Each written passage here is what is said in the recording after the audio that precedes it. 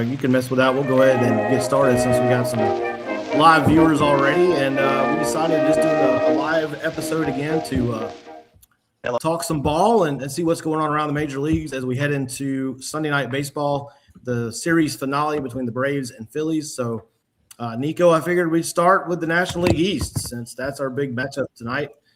Braves-Phillies ending a 3-game set, and so far the Braves have had their way with the Phillies the first 2 games. First game 1 was a dominant performance by Atlanta. Game 2, the Phillies very well could have won that game. They just didn't get any offense at all, and their defense kind of let them down as well. So your thoughts here. Game 3, as a Braves fan, I'll be honest, I fully expect the Phillies to come out tonight and dominate the Braves in the finale. I know that Phillies team has a lot of pride and a lot of veteran players who are probably not keen on getting swept at home by the Braves. But your thoughts, Nico, as you've watched these first 2 games and going into tonight with the series finale. Yeah, man, the Phillies stink. We talked about this a little bit the last few nights. They're really going through it. It's like the roles have reversed. A year ago, Atlanta was sort of in this position Philly was in, or the Mets. I'm sure we'll talk some Mets. But, I can't help but be, really impressed with Atlanta. They really are like rejuvenated. They're reminding me of the team a few years ago that won 100 games. They're all playing well. And, they're doing it despite the injuries, right? I mean, we were all concerned about Atlanta and some of those pitching injuries. And it's like, hey, I mean, it doesn't matter. And if things continue in this trajectory, I mean, they might have the division wrapped up by Memorial Day, it feels like. But that's not how baseball works. It's we got a long way to go. But yeah, the Phillies are a mess, man. They're not only losing, Jason, they're losing big. I mean, some of these matchups, they're just kind of completely flat. They're not doing anything well right now. So I just can't help but think that the Phillies could be in trouble this year.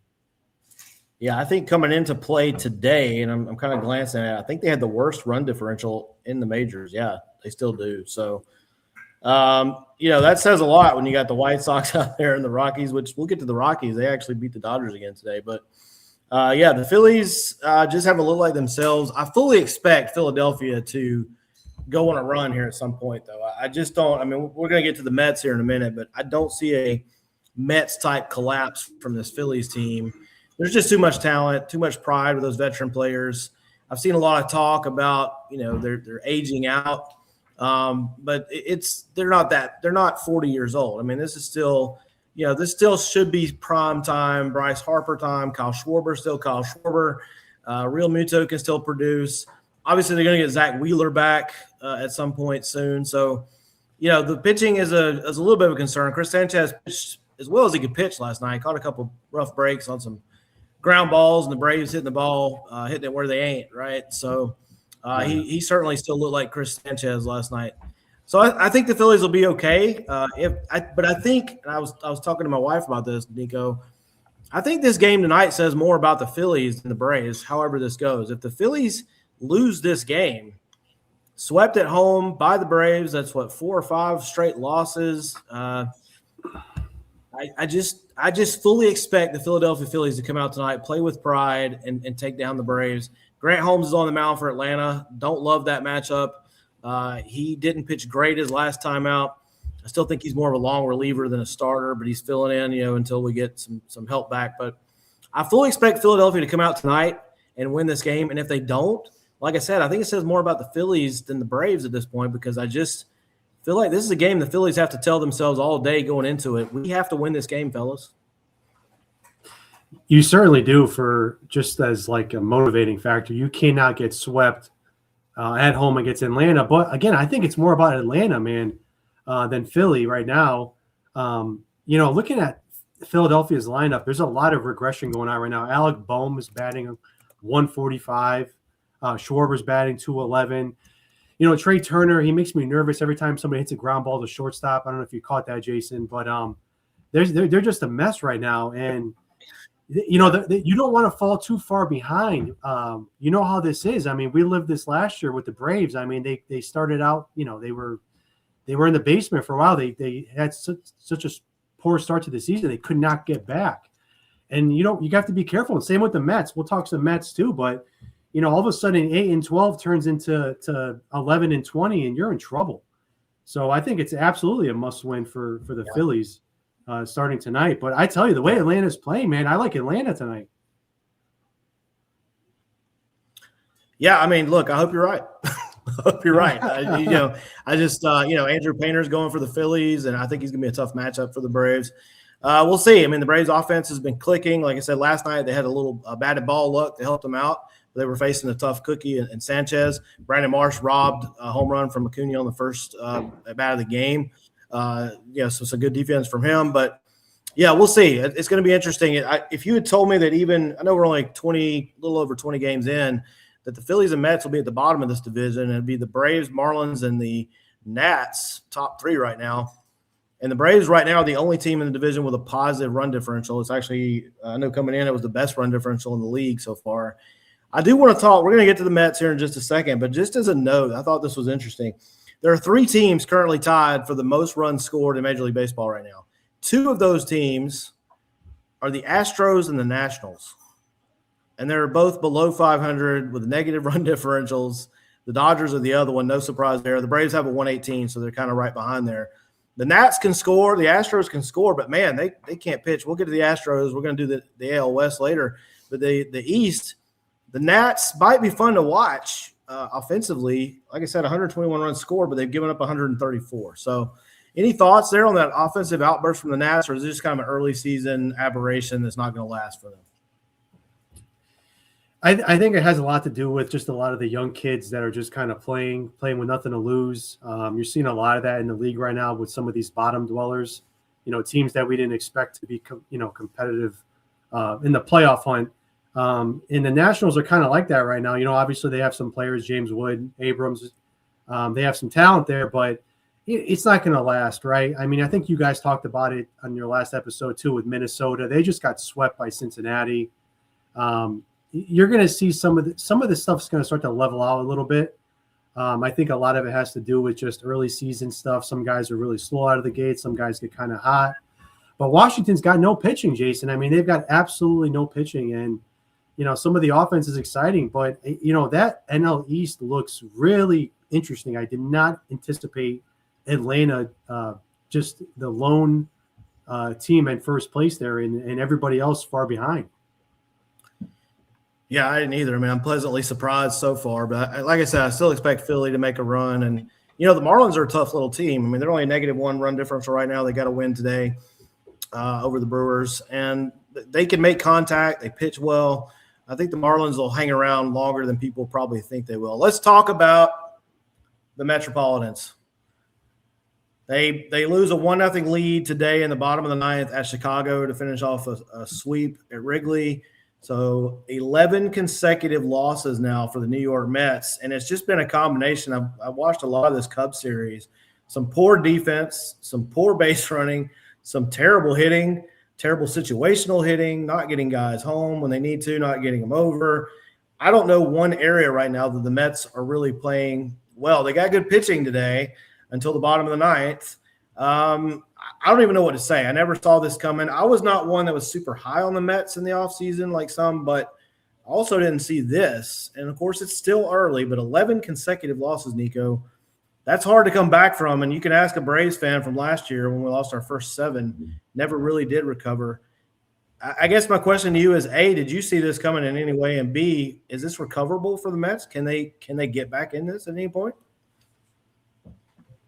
Yeah, I think, I kind of expected maybe a little bit of a struggle out of the gate for the Mets because of that new look team they have. Obviously, it was a big turnover for them, so there was a lot of uncertainty with how are these pieces going to come together for the Mets. They haven't won a game since April 7th, Jason. Against Arizona. They got swept. I mean, again, 11 in a row. Got swept against the A's, Dodgers, and now the Cubs. Look, it's a tough schedule, but it's super alarming to lose 11 straight with a team with that payroll and some of that pedigree. I know Soto's been hurt. And, some of the stuff Lindor's doing now, it's getting a little clownish in Queens. But I tell you what, listen, this week the Mets have the Twins for 3 games, and the Rockies this weekend at home. So Yeah. if they're going to have to get it right this week. If they continue to spiral this week and say they lose both series against Minnesota and Colorado, yeah, I don't know if Mendoza is going to survive that, man. That's going to be tough because, say they drop, 4 out of 6 games against those 2 teams. Well, I tell you, that's going to bury them. And yeah, man, I can't really put my finger on it other than it's just a trial period for the Mets. Maybe they'll be able to figure it out. You'd think they would. They've got plenty of talent, but it just isn't coming together right now. And it's a friendly reminder that, a guy like Steve Cohen, who with all that money and all that willingness to spend and the brilliant David Stearns, or maybe not so brilliant David Stearns, right now they're in a tough spot, and they better get it right this week. Yeah, it's a great point about the schedule. It has been tough. You just mentioned A's, Dodgers, Cubs. That's 3 good teams. A's are on top of the AL West right now. The Dodgers are the Dodgers, although the Dodgers have lost 2 of the last 3 to the Rockies. So, I mean, you figure the Mets could have stolen a game somewhere during this 11-game stretch. I think you made a great point. I think, you can buy the right – or you can buy talent. Is it the right talent, and does the talent mesh, and is there chemistry? And, I'm convinced, like you are, that something's going on with Lindor. And I don't know if it's affecting the rest of the team negatively. I don't know what's going on there. I also, during the offseason, was a little surprised when I heard people talk about the Mets, Nico. Not a lot of people were really thinking that the loss of Pete Alonso was a big deal. I was like, well, Pete Alonso is going to move on. And we kind of knew it was going to happen, so maybe that was part of it. But I thought – to me, Alonso was not only a stat producer for that team, a run producer, a guy who's going to put up stats for you. He seemed like one of the leaders in the clubhouse, one of the guys that was the emotional center of this team. And I think people have underestimated the loss of Pete Alonso. Any thoughts around that? Definitely. Yeah. I mean, look, Pete Alonso, maybe he's not Aaron Judge in name, but he was a fan favorite. He absolutely loved the New York scene. He wasn't afraid of it. He performed well. He was durable. He was, a proven slugger. Yeah. That one's going to go down in the books as one of the biggest maybe gaffes in Mets history. I think, again, they've got a long list of guys that they'd let go in recent years. Jacob deGrom, Zach Wheeler. They've done it a lot over the years. But it's tough, man. When you lose a fan favorite like that, a guy that's grinds it out every day and puts up those stats, it's tough. And then you, along with, Nimmo, another big one. And then obviously Edwin Diaz leaving too. And just a confusing time right now. We talked a lot about it in the winter. Does David Stearns know what he's doing? I mean, he's still kind of operating like he's in Milwaukee with a big wallet. So we'll see how long that lasts. Yeah, just to twist that knife a little more, Nimmo's off to a pretty good start out in Texas. So, yeah, I mean, look, it's a mess. They need to turn it around quick because it's only mid-April, but 8 games under 500, 11 games in a row in a division where, the Braves are playing well. You expect the Phillies to play better. Kind of expect the Marlins to play okay baseball. You can't afford to get too far behind. So, going to be fascinating to watch. I want to take a second. I want to thank – we got a lot of viewers right now from our X account, Twitter. I still don't know what to call it anymore, but I've been working hard the last 3 or 4 weeks, Nico, on building our following there. We really haven't focused on it. If you just found us on X recently, we have a very strong following on Facebook. That's where it all started, but we're trying to break in to the X community. And thank you to our followers. I've gained about 450 followers in the last 3 weeks or so on X. So thank you. If any of those are tuning in right now, we appreciate you. Find us on Facebook. Find us a new account also on TikTok. We're trying to jump into that. So thank you to our new followers. Hope you're enjoying our network. We got so much. I'm trying to get it all out there, Nico. We've got a lot of great collaborative work we're doing with other content creators. Our new live show on YouTube every Wednesday night, Clearing the Bases. We're collaborating with Rounding Third, Nick Arno, great content creator, podcaster, and, of course, our guys at NYMLB Talk, Rob and Chris. So tune in for that. We're going to try to live stream that on X as well, but just great baseball talk. Glad to have you back, Nico. It's been a while since me and you got to jump on and talk some ball. So we'll move on from the NL East. As we talk, we're about 5 minutes away, I think, from first pitch, Braves, Phillies. So if you see my head move to the right, I'm probably watching Braves Phillies in the background. Right now, I got Tigers Red Sox, Nico, and we'll get to the AL East here in a little bit. But let's talk about the NL Central, staying in the National League. And I posted this on our page earlier. It's really jumbled up right now. You know, the Cubs are winning, and they just got out of last place. They won 5 in a row. They are 12-9. They have a positive 30 run differential, and they're still in fourth. After the Brewers lost today, they're down to last, but they're also 12-9. And they also have a positive run differential. The top 2 teams in the NL Central, the Reds and Cardinals, they have negative run differentials at the top. Not by much. They're both at -8, so it's not like they're terrible. But the Reds have only scored 78 runs, but they are currently in first place, 6 games over 500 at 14-8. So let's talk about the NL Central, Nico. Your thoughts on what we're seeing right now. It's still early, but an interesting division when you've got every team in the division above 500, and the 3 teams at the bottom have a positive run differential, and the 2 at the top are in the negative. What do you think is going to happen here? Is Terry Francona working some of that Francona magic right now for the Reds? Well, I'll tell you what, Jason. Right now, you look like a genius because the Brewers are in last place, as you predicted. So right, exactly as I predicted. Not exactly 3 games over 500 predicted though, but yeah. Right, yeah. They're well. We can take a snapshot of it. They're in 5th place, but no, look, I love it. You know, I was watching a lot of the Cardinals Astros series over the weekend. Man, dude, those Cardinals they're impressive. I mean, they went into Houston and just beat them up.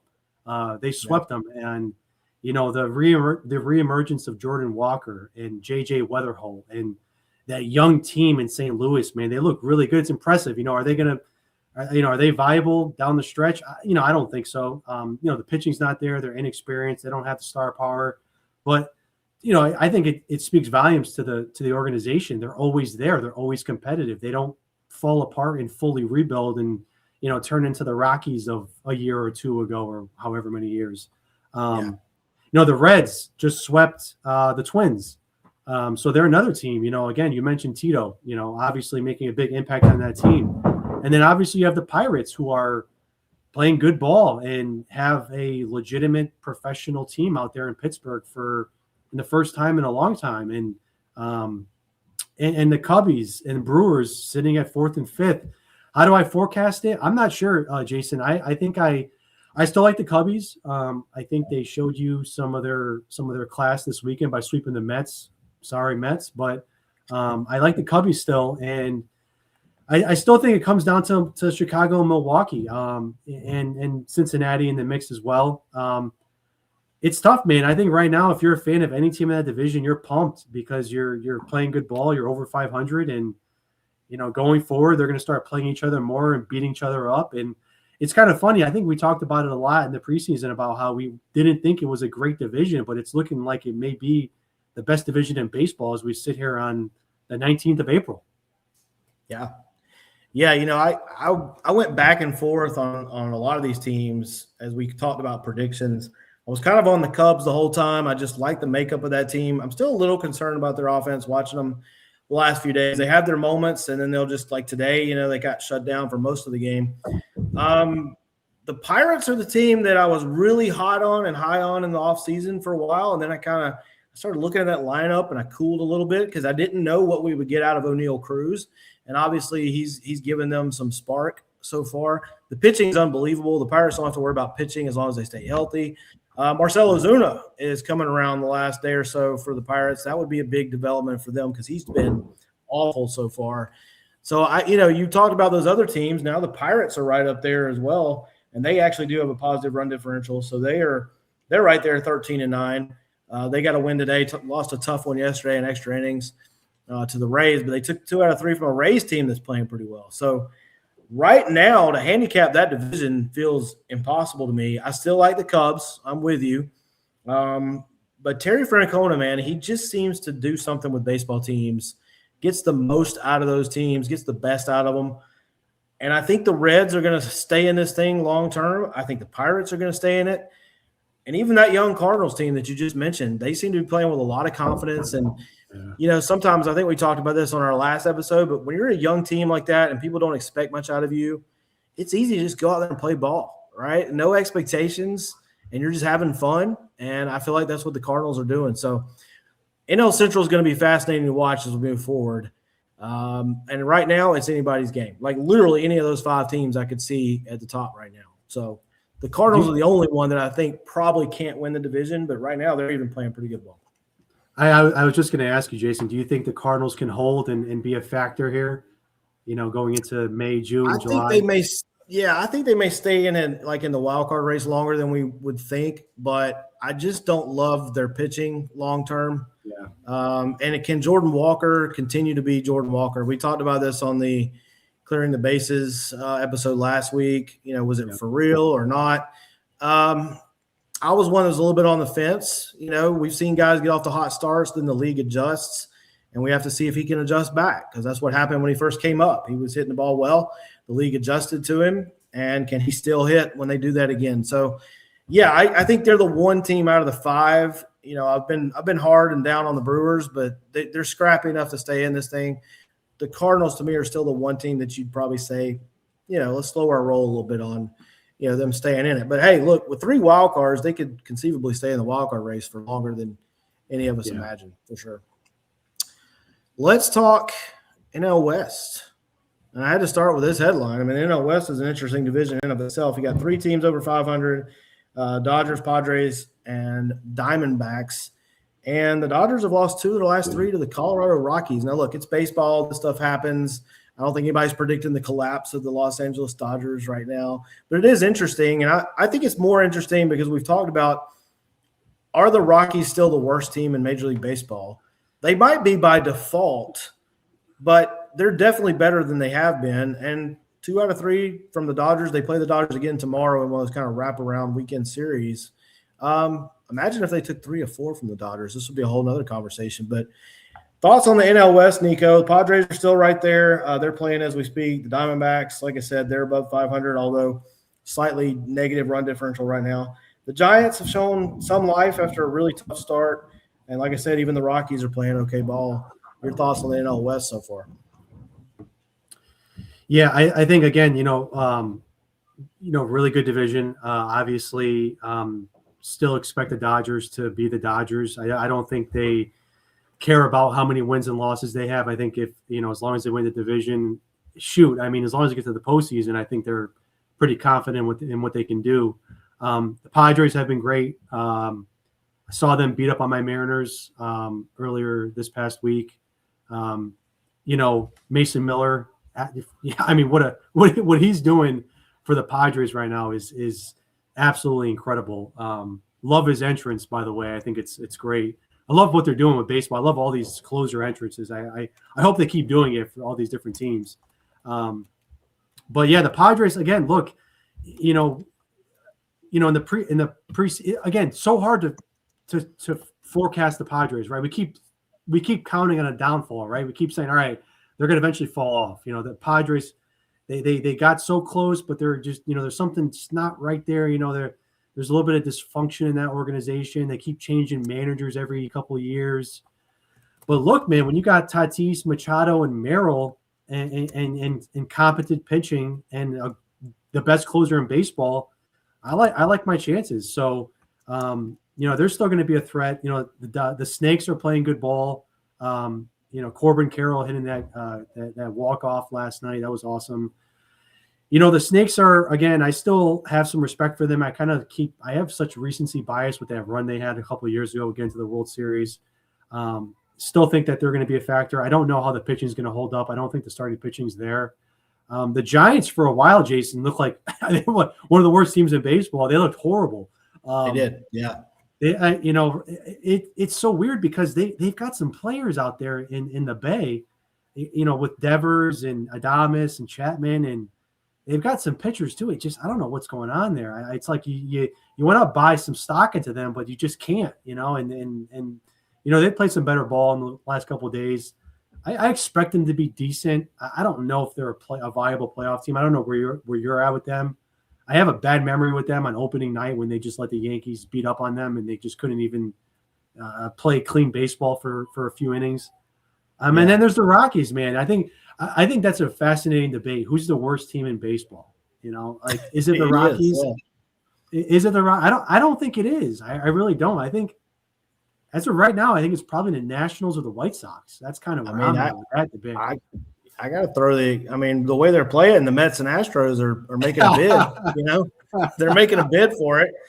Real quick, we got some comments here. I'm not going to keep up with this. I need a producer, Nico, but Cran32 says Holmes is going to go 7 and give up 2 hits now for the Braves since I said that he was going to struggle tonight. So not trying to jinx the Phillies, I promise, or maybe I am. He also says that only one team in MLB history has had an 11-game losing streak and still made the playoffs, and that was the 51 Giants, who I believe, they went to the World Series because back then you went straight to the World Series. If you won the pennant, didn't have to go through any playoffs. So, yeah, look, that's a great point. Rarely do you have a team that's that bad at any point in the season that's going to bounce back and make the playoffs. So, good point, Cran. Thank you for participating there from our X feed. So as far as the Rockies being the worst team, it is a great debate because right now, who knows? The Nats can score runs, so you kind of felt like they might have been the worst team coming into the season. The White Sox have won some games.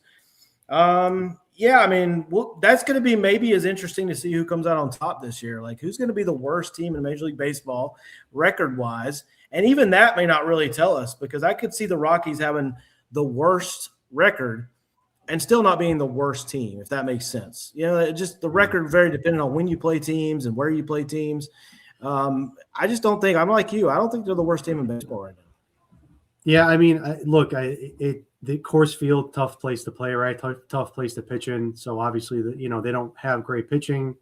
And look, looking at the standings right now, you mentioned the Mets, 7 wins. You've got the Royals with 7 wins, and the Astros with 8 wins. So right now, there's a lot of stuff to be determined. But I personally love the parity. I love to see, again. Love my fellow Mets fans, but I think it speaks volumes that you're 7-15 with that payroll. I don't mind it. Again, I love my Mets fans, but it shows you that you can buy wins and you could potentially buy a World Series, but you can't. You got to know what you're doing. There's a lot of stuff that goes into it beyond, buying Juan Soto or the debate, but. So it's fascinating. It's like the really exciting time in baseball because you see so much parity, right? It's so bunched up. There's a lot of good teams in the basement that we expect to come back, and we'll see if they do. Yeah, agreed. It's going to be fascinating to watch. Right now the National League has a ton of stories. Braves Phillies underway. Looks like Braves already got a couple outs. Nick Eck is one of my admins on our Facebook page and does an amazing job with that. He says he thinks this game may get rain delayed or called early. It does look like some weather may be moving into Philadelphia, so we'll see how that goes. Let's talk American League, Nico. You want to talk some American League ball here, and I know the AL East is near and dear to all our hearts because that's where the Yankees reside. And you either hate the Yankees or you love the Yankees, right? There's very few in between. So let's talk AL East. Tampa's in first. My wife and I went to the Trop last weekend, watched the Yankees and Rays in person, and the Rays ended up walking that game off. And they swept the Yankees in Tampa at the newly somewhat remodeled and renovated Trop. New roof and a new field. It did look better, to be honest with you, but it's still the Trop. Still has its charm. It's still a charming place to watch a ball game. Yankees, after a little bit of a slide there, they bounced back recently. The cure for the New York Yankees is always, Nico, to play the Kansas City Royals. They own the Kansas City Royals. It's unbelievable. So let's start with those two teams and work our way down and talk some other AL East. But thoughts initially, are the Rays, are they going to stay in this thing, or is this one of those Tampa Bay Rays early season, okay, we're all right, but they're going to fade as we go along? I think look, I would love to say yes, to see the Rays. I would be all for it if they won the division and somehow, the Rays were back in the postseason, but I think it's going to be tough. It's a tough sell for me, Jason. Speaking of the Yankees, man, they own the AL Central, really, honestly. They pretty much own the Central. They've done it, pretty much my entire life. But yeah, anytime the Yankees need a little bit of, cough medicine, just play the Royals. And that's or the Twins. They've been doing it to the Twins too. But yeah, the AL East is fascinating, Jason, because you've got Boston and Toronto in the basement, right? And those were my two picks in the preseason to go 1-2 in the division. But jump into the Yankees, they'll be fine. They're a great team. They've got it all. Cole's going to come back.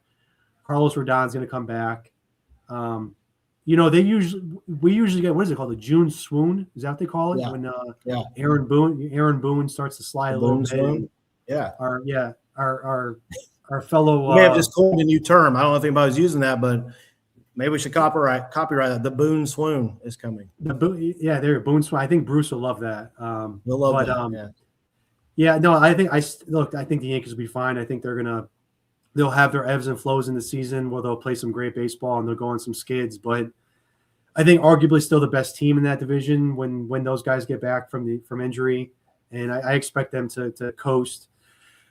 With Tampa, I hope so, man. Yandy Diaz, one of the best kept secrets in baseball. I don't know if you got a chance to see him, Jason, when you were down there in Tampa. He's a great ball player. He's been around for a long time. Maybe some guys don't really get a chance to watch him as much, but he's a model of consistency down there in Tampa, and he's been there for a while too, even though all the trade rumors and all that. But look, I think the AL East is going to be a gauntlet. I think all 5 teams are going to play all season. I don't think one team really falls back. I just don't. I don't know where you're at with that, but I think all 5 teams have a potential to finish at 500 or if not better. Yeah, the defending champs are off to a rough start. The Jays having a rough go of it. They got to win today. They got a lot of injuries. They remind me of the Braves last year. Just a ton of injuries piling up for them. So they're the one team that I worry about. I'm expecting more out of Baltimore. I keep waiting for them to kind of break out and have a 5-6 game winning streak. It really hasn't happened yet, but I still think they could get into it. The Red Sox are the team I want to talk about next. Real quick, Nick pointed out, he's not shocked by this result. The Royals absolutely don't look ready, and I thought they were. I really thought coming in this year the Royals were going to make a jump, but Nick is looking right there. Doesn't look good for them so far. The Red Sox, Nico, I know they're a little near and dear to your heart up there in the Northeast. Garrett Crochet looked good for a few innings today, and then it all fell apart against the Tigers. That's 2 starts in a row where Crochet has really been hit hard. He is now 2-3 with a 7.88 ERA, 30 strikeouts over 24 innings, a 1.63 whip, Nico. Is this a bump in the road for Crochet, or is this something Red Sox fans should worry about? And where are you at with this Red Sox team overall right now? Well, I hope it's just a little bump in the wind for Crochet, because if he's not going to deliver for the Sox every 5th day, then they're in trouble, because they don't have a great offense, Jason. They didn't go out there and get Pete Alonso this winter. I know we talked about that a little bit over the offseason. They haven't gone out there and gotten a big fish. Remember, they traded Devers, even though it kind of worked out in their favor, and they still went to the postseason last year. Roman Anthony's struggling a little bit. He's not producing like we thought he would. I really thought he was a star in the making. And other guys in that lineup too. Wilson Contreras, he's been good. Trevor Story's getting up there in age. It's just typical Red Sox, Jason. They always do this every year where they just kind of look really sluggish, not producing. I'm sure people are going to start calling for Cora's job any day now, right? Isn't that usually what we do now in Boston, New York? We start calling for the job of whatever manager's losing enough. Even if you're in the postseason every year, people still want Aaron Boone to get fired, right? So I think Boston will figure it out. I think it's just typical spring Red Sox where it's just a little sluggish out of the gate. They're going to need some of these guys to step up here in that lineup. And Crochet's concerning, man. That is concerning. It's bizarre. I mean, he was a monster last year. I mean, he was a runner-up to Tarek Skubal for Cy Young. So they're going to need him. I still think they'll be okay. With Boston. Where are you at with the Red Sox? Are you concerned too, or? I was back and forth with Boston in the offseason too, and I ended up actually, full disclosure, picking Boston to win the World Series right at the end of our predictions. Originally, I kind of had them maybe second or third. Because I did have concerns mostly about the offense. I just didn't know. Now, look, I think Roman Anthony's still going to be a star. He's going to break out here. He's off to a rough start. 227, 1 homer, 3 ribbies, 674 OPS. He's going to be fine. He'll break out of that. But then where does the rest of the offense come from? I know they got some other guys, but I just that was my biggest concern. And Schwarber just went deep, so my prediction so far on Grant Holmes is coming true. 2-zip Phillies. Yeah, Grant Holmes is not a starter, guys. They'll screw it up. I'm still a little on the fence with the Red Sox. I'm worried about my World Series prediction. And look, guys, full disclosure again, if I picked your team to do well, you should be worried. If I picked your team to do poorly, you should be excited. The last 2 years, I picked the Phillies to be in the World Series. All right. I picked the Rangers to be there last year as well. So, hey, look, don't worry if I'm picking against your team. Okay. It's probably a good sign. So, yeah, with the Red Sox, I don't know because I think the Yankees are a better team right now. I think the Rays might be a better team. I do think Tampa's going to hang around.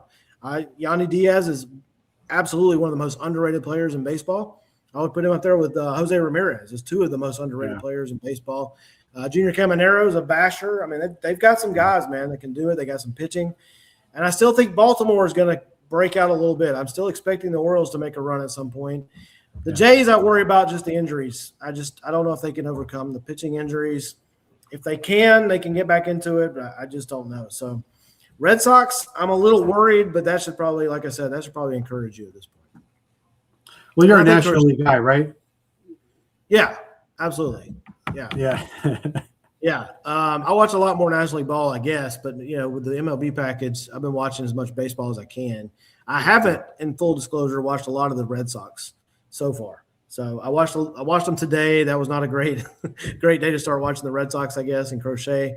I do think Crochet's too good of a pitcher. He'll figure it out. There's obviously probably some kind of mechanical thing going on with him.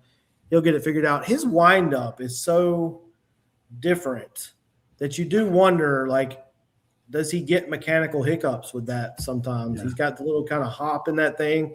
So maybe it's just something minor like that. He'll get it figured out.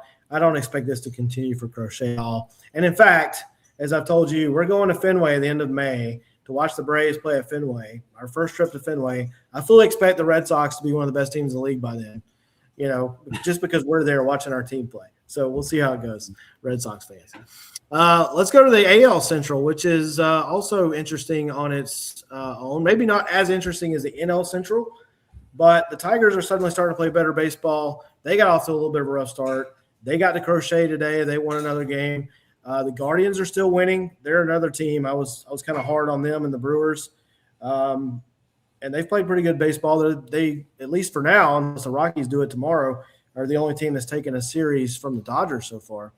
And then you've got the Royals, who are a huge disappointment to me right now. We mentioned them. Nicholas Eck mentioned them a minute ago.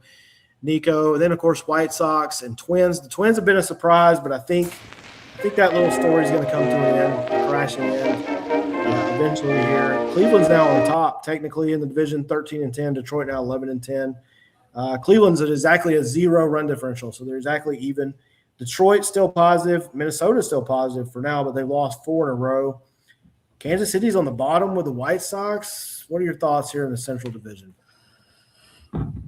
Yeah, I agree with you. I think the Twins' downfall it's inevitable. Maybe it starts this week when they play the Mets. Maybe not. I just don't think they have the players. It's that simple. They don't have this pitching. They don't have the hitting. Outside of Buxton, I don't think most people know who plays on the Twins unless you're a Twins fan. I know obviously Joe Ryan's there and, Pablo Lopez got hurt.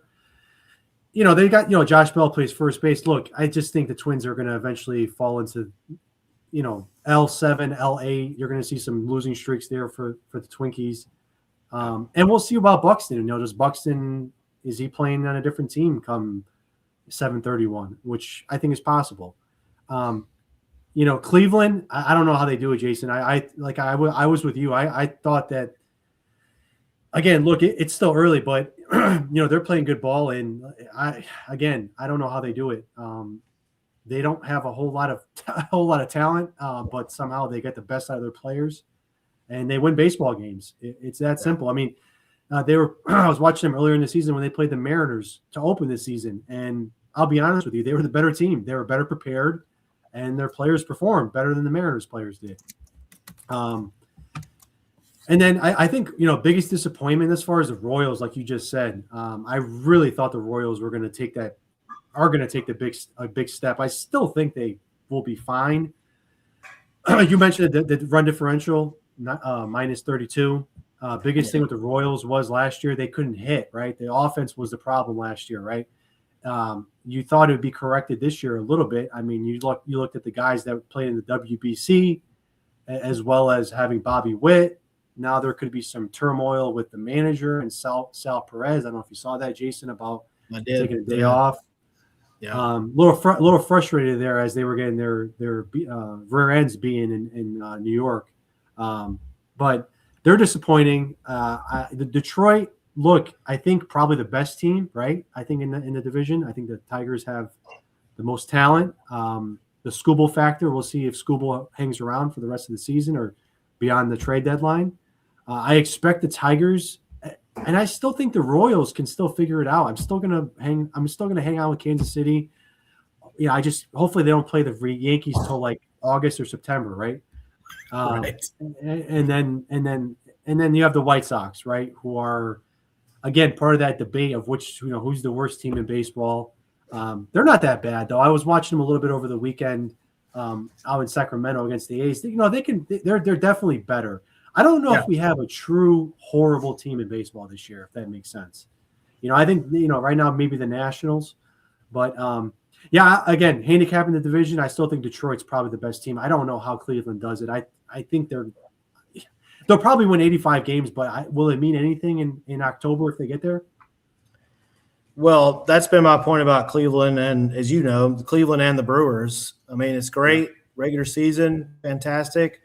Get to the playoffs, and then you get to the postseason, and you don't do anything. And I mean, I guess there's something to be said for that. If you're a fan and you want to enjoy your team's full regular season, that's great. But you at some point you'd like to see the payoff in the postseason. And at least in Cleveland's case, we're a little less than a decade removed, I guess, from them being very close to winning a World Series against the Cubs. And then in the 90s, they had a couple of appearances. The Brewers, man, I mean, not to jump on the Brewers fans too hard, but 1982, guys, I want to take a real quick break here, Nico, and mention one of our partners, the Baseball Book Club on Facebook. They also have a podcast. Those guys are amazing. If you enjoy the history of the game and talking about the game and reading about the game, the guys at the Baseball Book Club, amazing couple of guys there. So just want to tell you guys about them. Do you like the stories behind the game as much as the box scores? If so, you should definitely check out the Baseball Book Club. It's a podcast where baseball history, great writing, and smart conversation all meet up. Smart conversation. We need more of that on social media for sure. Books, authors, and the moments that shape the game we love. If you enjoy this show, there's a pretty good chance you're going to love the Baseball Book Club. They belong in your podcast rotation too. So check them out. Any podcast platform, the Baseball Book Club, one of our many partners and many podcast partners that we have. Just a great group of guys on social media that we've connected with and we do a lot of work with. So I wanted to give them a shout out. But we've got so many partners. I posted earlier on X and Facebook, just kind of a list of all the affiliates we have that join us and we collaborate with and we cooperate with, and just make sure you're following all of them on Facebook, on X, on TikTok, on Instagram, on YouTube, and of course on Spotify, Apple Podcasts, and wherever you get your podcasts from. So let's go to the AL West. And this is an interesting division too, Nico. I'm really interested to see your thoughts on the AL West. Right now, the A's are on top. It's very close out there. It's kind of jumbled up as well. And then you've got the Rangers, who've been kind of up and down there at 500. The Angels are at 500. And your Mariners are finally starting to show some life, it looks like, after a rough start. They won again today to climb within a couple games of first. So you got the A's, one game over 500. The three teams that are above in positive run differential, Texas, Angels, and your Mariners. The A's are still a negative 16. So, and then you got Houston, who I thought actually might have a pretty good season. Boy, they're struggling badly. They have lost 4 in a row. They're 8 of the last 10, lost 8 of the last 10, negative 19 run differential. Your thoughts on the AL West, Nico? Yeah, Jason, real quick, I just wanted to make a comment about our affiliates, our network, and all that. Yeah, absolutely. So look, all of our listeners, all of our viewers, all of our followers on Facebook, all of our platforms, Another great comment from Cran 322. That's awesome. Thank you, Cran. Yeah. So look, we're like the minor leagues, right? Romantic about baseball and all, rounding third. We're like the minor leagues, right? We're trying to make it to the show, right? Yeah. So yeah, we're competing. We're competing. We're having fun. We're putting all of our effort into it. Keep following us. Keep listening to us. Hit that subscribe button. Continue to tell your friends about us, your colleagues, because our goal is we want to go from single A to double A to triple A. We want to get to the show, and we can't do it without the people, right? We need the people to watch us, to see us, hit some singles, some doubles, some home runs, and just keep grinding with us because we love baseball, and we're not going to stop because like Jason and I know, we love the game no matter what's going on in the game, whatever rules are going on or Dodgers or anything that we might be frustrated about. We're going to continue to cover the game and enjoy it. And talk about it. And if anything, our love and passion, it gets worse. Just ask our wives. So that's right. Just want to mention that real quick, Jason. No, that's great. And, it's funny you mentioned wives, as mine is standing less than 8 yards away right now fixing dinner here at the Romantic About Baseball headquarters.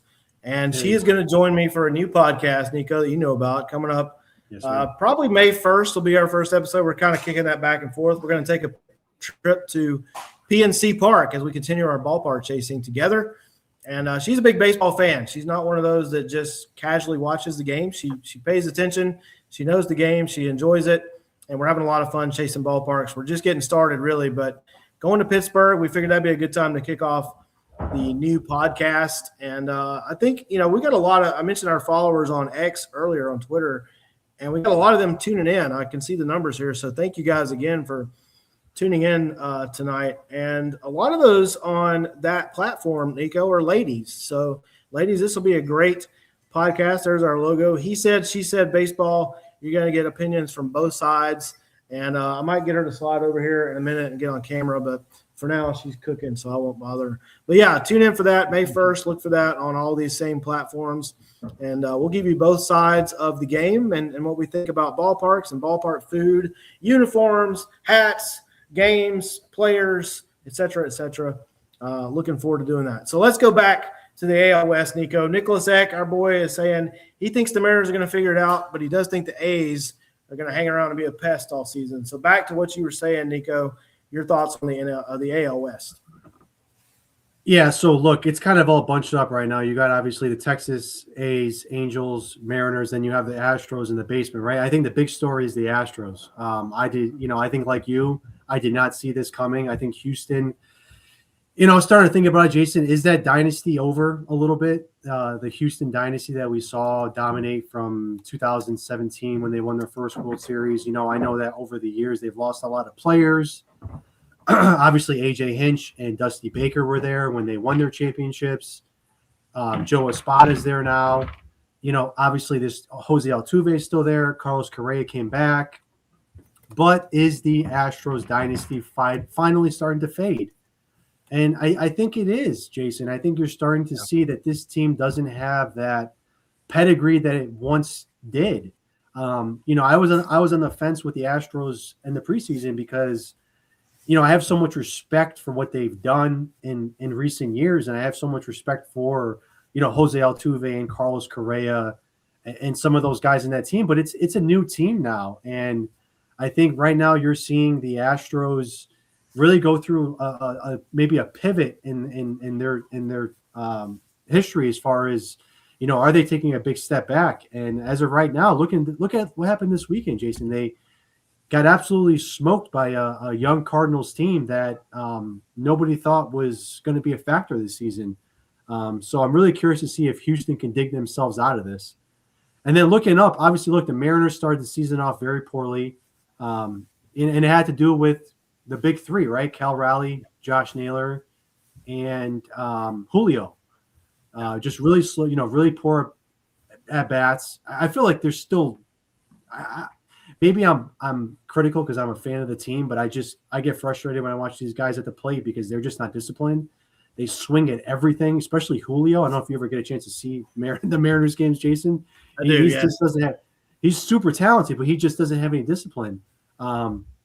But I think the Mariners will be okay. I think that they took 2 out of 3 this weekend against Texas.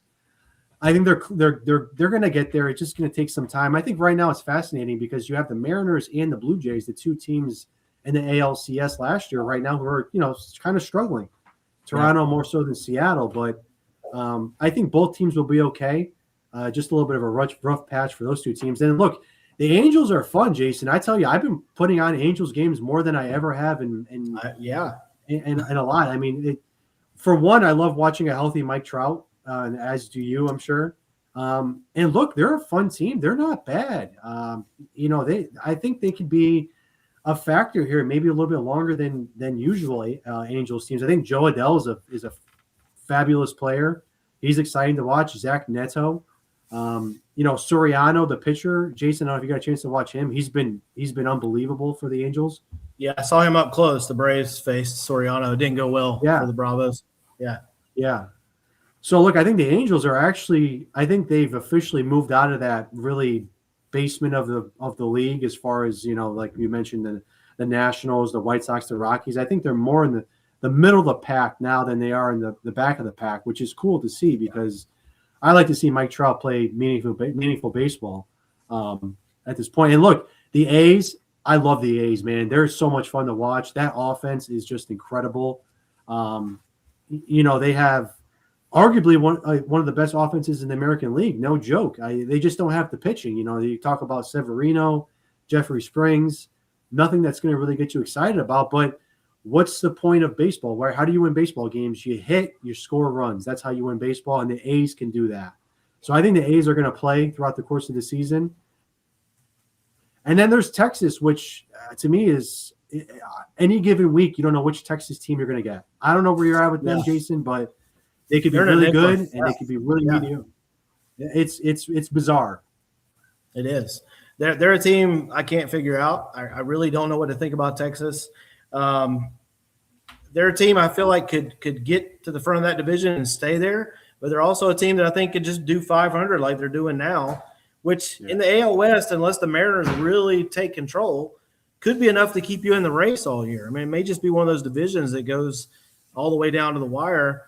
I do want to backtrack to the Mariners real quick and get your thoughts on Cal Raleigh. I mean, obviously last year, just an unbelievable season for Raleigh. And again, small sample size. We're talking about 88 at bats so far, but 159, 2 dingers, 11 ribbies, a 511 OPS. I thought there'd be some regression, but obviously this isn't going to last, right? He's going to figure it out at some point, isn't he? It's interesting because after the season he had last year, he kind of was like Superman, right? I mean, he was incredible, and he almost won the MVP. And something seems off with Cal, Jason. Even dating back to the WBC, it seems mental. I don't know. I can't put my finger on it. He seems a little angry, a little frustrated. I don't know what it is. Maybe it's personal. I'm not sure. I think it's safe to say that 2025 Cal Raleigh is history. I don't think we're going to get that this season. And I don't think we expected it, right? I don't think that Cal was going to repeat the season he had last year. That was a once in a lifetime season at the catcher position. But the Mariners are going to need him to, be kind of that guy that he was last year as far as hitting 30 to 35 home runs and driving in 100 RBIs. That's going to be very important. It's pivotal for the Mariners. But yeah, he's definitely not the same. His at bats are very poor. He's not as crisp behind the plate. I don't know what's going on there, but he seems a little frustrated, maybe a lack of confidence, which happens in baseball, happens to the best of them. And that's why Shohei Ohtani and Aaron Judge that's why they keep winning MVPs, Jason, because they're just they're the model of consistency. They just are always the same. Year in, year out. Yeah. No doubt. They're just year in, year out, And I do want to real quick too. I think you brought up a good point too. Just real quick, Mike Trout, awesome to see him healthy. Hopefully it stays that way. Awesome to see him bashing 7 homers, 16 ribbies already, a 980 OPS. I absolutely would love to see Mike Trout playing meaningful baseball in August, September, and even in October. I don't know if the Angels have enough to get him to that point. And I've been one that kind of wished for a trade. Get Trout to a contender. let's see him in prime time on a contending team in October, because we're running out of time to see that with Mike Trout. I think he's had, 3 postseason games in his career, which is just a travesty for that guy. So glad to see him bashing. Would love to see him get to the postseason, whether it's with the Angels or somebody else. Probably not leaving. I think he's a lifelong Angels guy at this point, but would just love to see him play, like you said, meaningful baseball. Yeah, like I said, Jason, it's April, it's early. I do think the Angels they're not bad. I mean, they're fun to watch. I see there's something there. They could be a 500 team, but it's just really exciting because they've been so poor for so long. Yeah, true. But again, Trout, he's an East Coast guy. He's from North Jersey. He grew up a Phillies fan. But like you said, man, I just don't think he's gonna leave unless things go absolutely sideways for the Angels, which I don't want to see either. I like to see them, play good, meaningful, a decent team with a fighting chance to make a run in September. There's expanded wild card for a reason. So, last year Cincinnati won 83 games and snuck into the postseason. Could the Angels win 83, 84 games in the AL and sneak into the postseason? It's possible. Yeah. It's definitely possible. It's not likely because the Angels just haven't done it. And like you said, I think it was 2014, Jason, when the Angels were last in the playoffs. And I think they played the Royals, or was it 2015? It's one or the other, and they got swept. It's been a while. Yeah, it's been a long time. Too long, way too long. It's way too long. One of the saddest things in the game is to see Trout play essentially no playoffs in his career.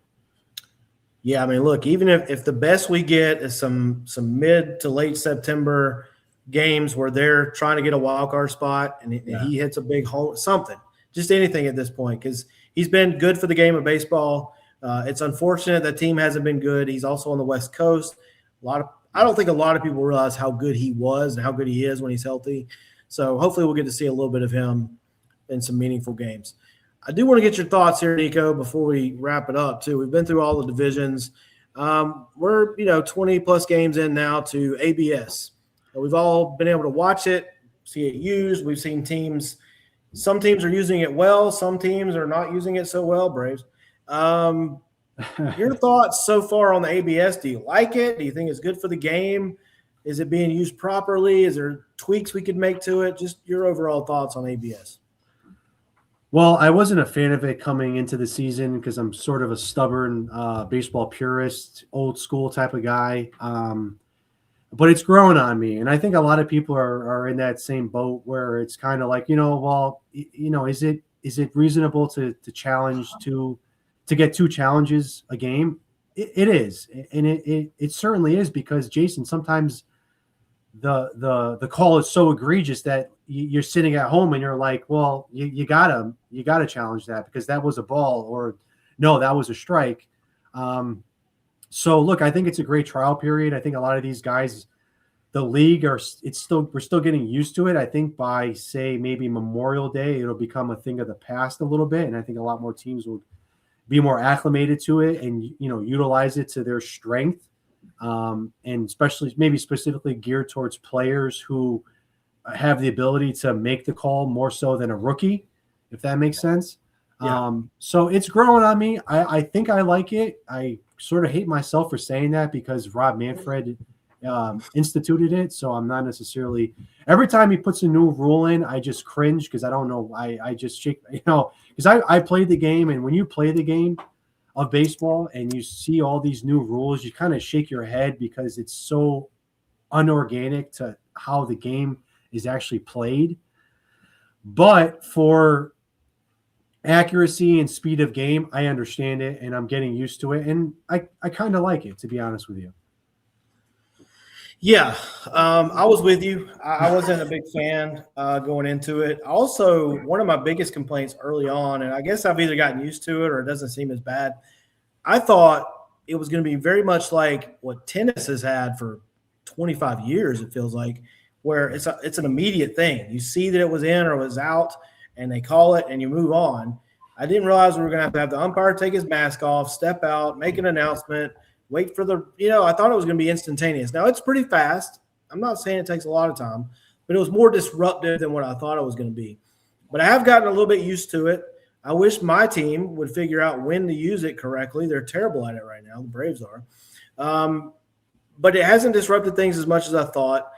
And look, we're getting some calls right that, have affected games. We've seen games end on the ABS challenge at this point. So I've come around a little bit. I do wish it was a little more streamlined, maybe just a buzzer on the umpire's hip. Hey, look, you missed that one. Correct it. I don't know when we got to step out and take our mask off. Even that, though, I've read some articles, Nico, where apparently that's appealing to some of the younger and more casual fans. Like, they like the challenge process, and they're actually watching it more because of that. So I guess if that's a side benefit, we all want the game to grow. We all want more fans, younger fans to watch the game. I guess if that's a side benefit, it's not terrible. So, yeah, I've kind of gotten used to it. I didn't love the pitch clock at first. I've gotten used to that. I didn't love the bigger bases and the base running rules. Got used to that. And I still don't love the ghost runner rule and extras, but I've kind of gotten used to that too. So we adapt, I guess. If we love the game, we adapt. We still want to watch the game, right? That's what it comes down to. We still, again, it's passion over everything. So we watch the game. We're stubborn because we watch the game, again, in its glory in the 90s and the 2000s, and none of that stuff existed. And, when they missed a call, a ball strike call, we'd just be at home screaming at the TV, especially if it was a playoff game. So now, they're making some changes. And look, I'm getting used to it. I still don't like the ghost runner. I don't think anybody can sell me on that. It's not little league. I understand the purpose of it, to try to expedite the extra innings and not play 17, 18 innings. But I think last night the Rays and Pirates, I think they got to the 13th or 14th inning. Jason, I don't know if you saw that. They got pretty, that's hard to do with the ghost runner, because they're basically giving you a run almost every inning. You can bunt twice and get a run. But I'm getting used to it. I don't want to sound too complimentary of Rob Manfred, but I think it's going okay. And again, I think it's important to get the calls right. And sometimes when the calls are egregious, you gotta overturn it. Yeah, I agree. And don't worry, Nico, we will never be over complimentary of Rob Manfred on this show. Okay, I don't think that's a danger for us at all, right? So really good stuff, Nico. It's been great to have you back. We haven't been able to do this in quite a while. Maybe we'll get Bruce back eventually and have the original trio back on. But we definitely want to make this a regular thing. We've had a great audience tonight from our X account, and we've sustained it. They've tuned in. So either they turned it on and walked away, Nico, or they actually listened to us. Either way, we thank them for that. That's awesome. So just want to plug a few things here. The He Said, She Said Baseball podcast, as I mentioned, coming up. There'll be more out to come. So if you're following us on X or Facebook, you'll see more about that coming up. If you love baseball cards and collecting baseball cards, I'm just getting back into that, Nico. I don't know if that was ever a thing for you. I did it as a kid, and I've really gotten back in here lately. So I don't know, if you join our Patreon page, you can join for free, by the way. You can join our Patreon page. But if you join our All-Star tier, which is $5 a month, and support us there, we're going to send you a baseball card binder. It looks like a baseball. It's got our logo on it. And we're going to ship you 4 or 5 cards initially. You tell us what team you root for or you like or you want, and we're going to send those cards specially curated for you. And then we're going to send you 4 or 5 cards a month after that to add to your organizer. And, again, you can dictate what team that is. If it's your favorite team every month, that's fine. If you want to try other just have a mix, you can tell us that. We'll curate it to your wants. So just go to our Patreon page, search for Romantic About Baseball, and join our All-Star tier. And then we've got all kind of stuff going on. I mentioned the Clearing the Bases show every Wednesday night live, Nico. I hope you've been able to tune into that a couple of times. We'll come up on our 4th show coming up here this week, this Wednesday. And that's just a blast. A lot of great baseball guys. We're going to have to get you on there one week. You can pinch hit for me at some point. I'm sure I'll have to miss one sooner or later. And just a great discussion there. If you're a fan of the old ESPN show, the called Around the Horn, we modeled it after that. So you've got one host and then 4 of us guys just talking baseball, different subjects every week. And we discuss what's going on currently, but we also look at things like who should be in the Hall of Fame, who shouldn't be, and things like that. So just all kind of great subjects. So follow us on X, follow us on Facebook. Please follow us on Spotify or Apple Podcasts, wherever you get your podcasts from. And like Nico said earlier, we're continuing to try to grow. Quick plug, too, for our Braves podcast. I have a 9-5. It's called the 9521. I'll let Braves fans figure that out. 9521 Braves podcast with my partner, Michael Simpson. And quick plug, we're going to interview former Atlanta Brave Brian Hunter. He was the first baseman for the Braves in 91, 92, and then later again in the late 90s. He was part of the 91 team that went to the World Series. He had a big home run in the World Series and in the NLCS against the Pirates. I remember him well. I was 14 years old watching Brian Hunter as a rookie in 91. So he's going to join us. We're going to do that interview on Monday night, April the 20th, and hope to have that episode edited and out on April 21st, the very next day. So if you're a Braves fan, be on the lookout for that. I'll post it on X, on our X page, and also on Facebook. So a lot of great stuff going on, Nico, and hope you're going to be a part of it as well. Let's do this again next weekend. If we can do it again next Sunday, we'll do it, right? Absolutely. And like I said earlier, Jason, for everyone who's listening or going to listen, continue to follow us, Romaning About Baseball, sort of the mothership of the network. We won't stop. We're going to continue to pump out content, talk some baseball. We're not going to stop till we're collaborating with Talking Baseball or on set on MLB Network with those guys, with Harold Reynolds and those guys there at MLB Network. So again, hit that follow button, subscribe. I know Jason is sort of he pushes a lot here, and we've come a long way, and we want to keep growing and collaborating with other networks and continue to follow us and the journey of the season as we go here. Yeah, another great comment here. Despite all these podcasts, I do have a full-time job. I know it's hard to believe, but I do, and I squeeze that in. Hopefully my boss doesn't watch this. No, job always comes first, boss. Always comes first, and this is secondary. And then I just want to get all these comments in. Nick saying so much for the torpedo bat argument. Cal needs to figure it out. Yeah, absolutely. He hasn't really recovered since the WBC.